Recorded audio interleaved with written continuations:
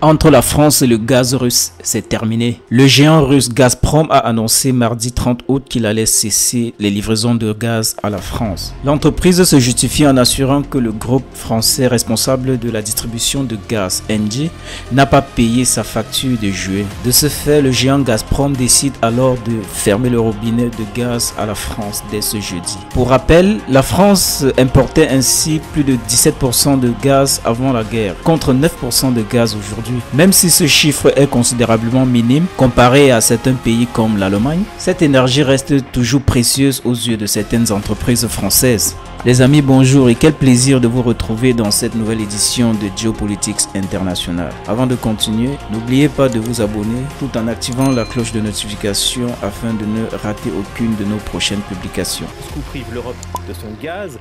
Gazprom fermera demain jeudi ses vannes à la France. Idem pour l'Allemagne puisque les livraisons de Nord Stream 1 sont de nouveau suspendues. Bonjour Bilal Tarabé. La Russie utilise donc le gaz comme moyen de pression, comme arme de guerre, dit la France.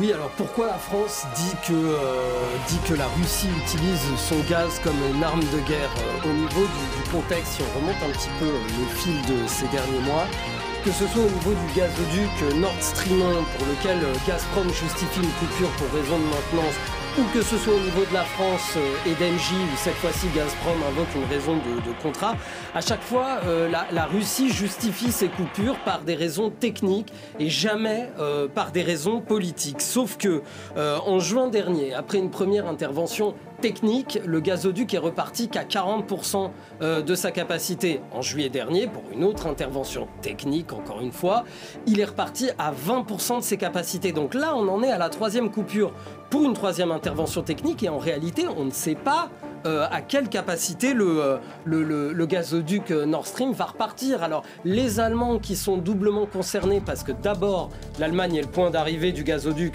mais parce qu'ensuite, l'Allemagne fournit aussi des pièces détachées à Nord Stream via l'entreprise Siemens. Donc l'Allemagne dit que ces interventions techniques en réalité sont difficilement compréhensibles. Pour la ministre de la Transition énergétique Agnès Pannier-Runacher, la ministre en France, elle dit que tout ça, ce ne sont que des prétextes. Elle parle donc d'utilisation du gaz comme arme de guerre.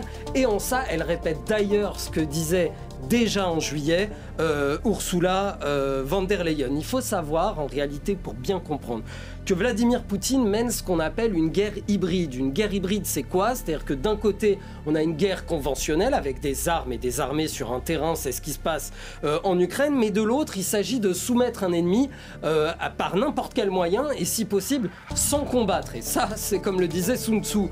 Donc, il y a la guerre cyber, il y a la désinformation, il y a l'utilisation des exportations de blé et de céréales dont on a beaucoup parlé comme arme de guerre, et maintenant, ce dont on parle aujourd'hui, l'arme du gaz. Et ces suspensions, ça aura quelles conséquences, quels effets pour l'Europe?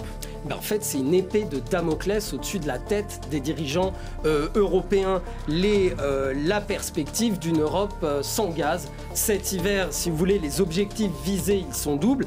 D'abord, ce serait de désunir les Européens sur la manière de réagir à ces pénuries de gaz, mais aussi éventuellement, et dans l'idéal, retourner les populations contre leur gouvernement, des populations qui ne voudraient ni payer plus cher du gaz, ni devoir à subir des pénuries pour une guerre qui ne se passe pas chez eux. C'est pour ça que l'Europe est sous pression. Alors concrètement, les stocks de gaz de l'Union européenne sont remplis à un peu plus de 80% au moment où on se parle. Sauf que ce qu'il faut savoir, c'est que quand on dit que les stocks sont remplis, ils sont remplis pour être utilisés 2 mois, pas pour tenir tout l'hiver. Et c'est pour ça que Ursula von der Leyen, au mois de juillet, a présenté un plan en 3S, substitution, sobriété et solidarité, pour répondre à une éventuelle pénurie de gaz. Mais tout ça, c'est encore en train de se mettre en place. Merci pour cet éclairage, Bilal. La raison de ces...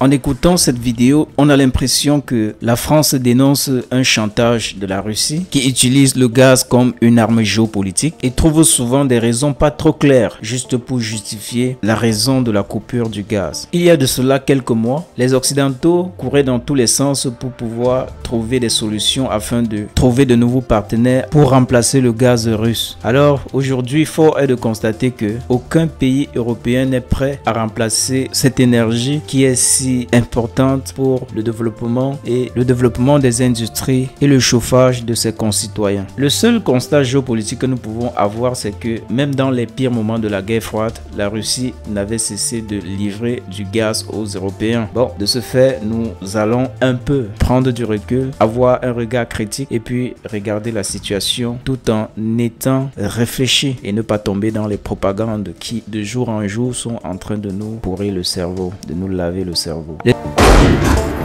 L'esclave qui n'est pas capable d'assumer sa révolte ne mérite pas que l'on s'apitoie sur son sort.